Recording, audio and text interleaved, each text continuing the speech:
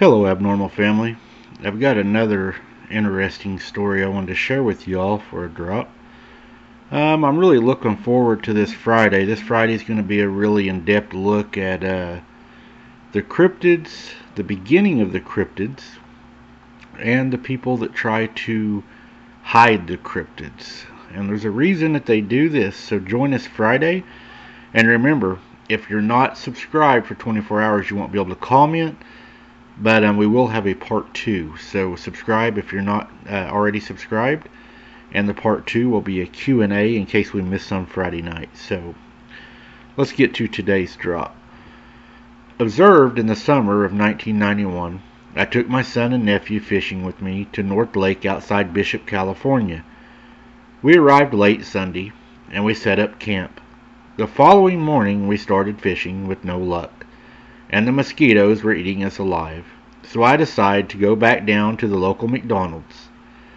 That afternoon, we did alright by catch a few decent-sized trout. Mistakenly, I cleaned the fish at our campsite. I put them away in an ice chest as proof we did have some luck. We went to bed proud of our catch and tired from the sun and the lack of oxygen due to the high altitude, 9,350 feet. Needless to say, we all fell asleep pretty fast. I don't know if the dead silence or if the heavy footsteps woke me up, but I knew someone or something stomping just outside of our tent. And then it stopped. My nephew asked, "What is it?" I quickly hushed him. I stood up and was able to peek outside to see if it was a bear. I'd like to mention, before I continue, that I've had run-ins with bears and mountain lions. I worked around them with great caution and a bit scared of what may happen if they attack.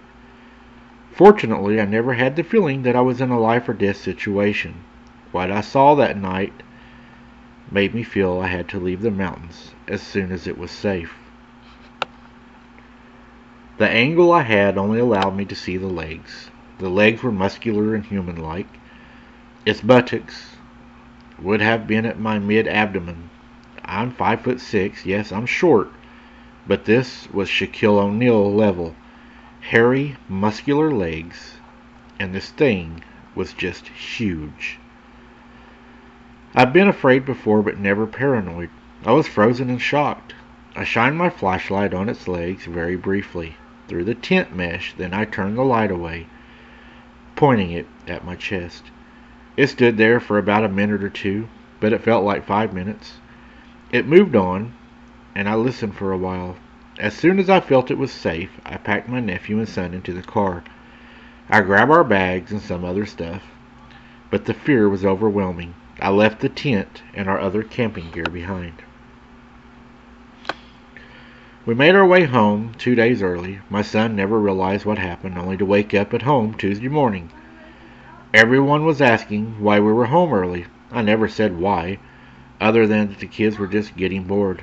My nephew brought it up 10 years later, and when I told them, we all remembered that dreadful, scary night. Now, guys, we also have a photograph that's circling around TikTok of a possible dogman werewolf that was caught in the UK.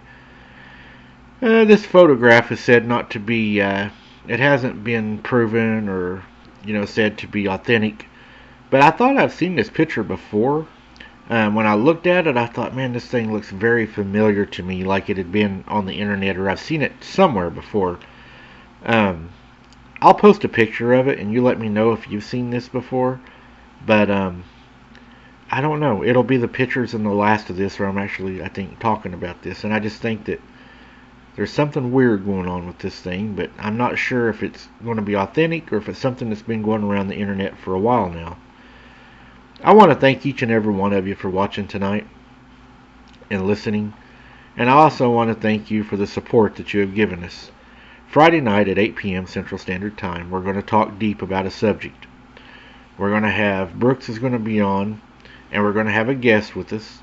And it should be an interesting night. We're going to talk about a lot of deep things.